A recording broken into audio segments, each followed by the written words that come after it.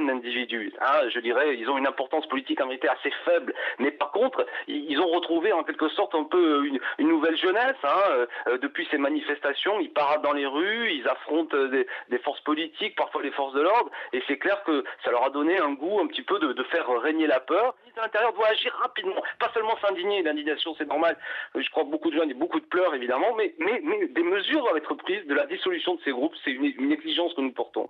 Et toujours selon le parti de gauche, le parti de Jean-Luc Mélenchon, les auteurs de cette agression appartiendraient au JNR, le groupe Jeunes Nationalistes Révolutionnaires, une information que nous ont confirmé également les syndicats de police ce matin. Alors qui est ce groupe? Voici quelques éléments de réponse et d'explication par Caroline Forest, la journaliste, essayiste, experte en question de l'extrême droite. Écoutez.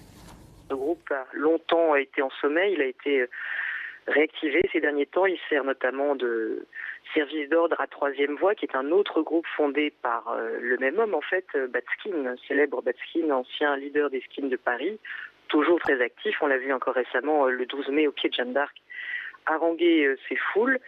Et ce sont des groupes qui se sont déjà illustrés dans des actions très violentes, y compris très récemment, puisqu'un militant de Troisième Voie est déjà impliqué dans l'agression du bar homosexuel à Lille.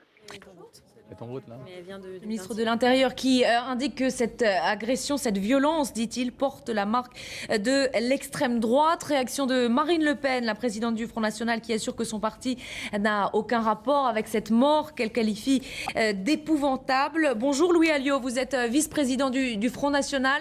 On va rester bien sûr extrêmement prudent ce matin, puisque on le rappelle, les auteurs de cette agression sont toujours ce matin recherchés. Une partie de la gauche, l'extrême gauche notamment, demande ce matin la dissolution de ces groupuscules. Est-ce que vous le réclamez, vous aussi? Écoutez, si on arrive à déterminer quels en sont les auteurs, il faudra se poser la question. Mais vous savez qu'en matière de groupuscules, le plus délicat, c'est que quelquefois, ils ne sont même pas constitués légalement. Donc vous allez dissoudre un groupuscule qui se recréera sous un autre nom, qui n'aura aucune existence légale.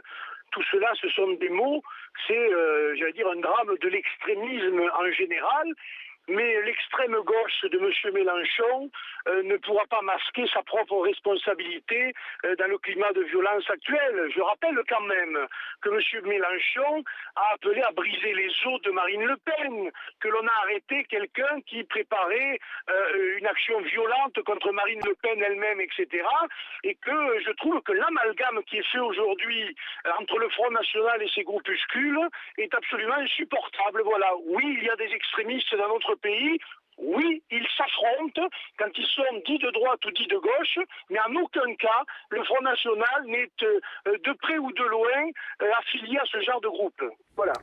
Très bien, on a entendu votre coup de gueule en quelque sorte, Louis Alliot. Merci d'avoir réagi sur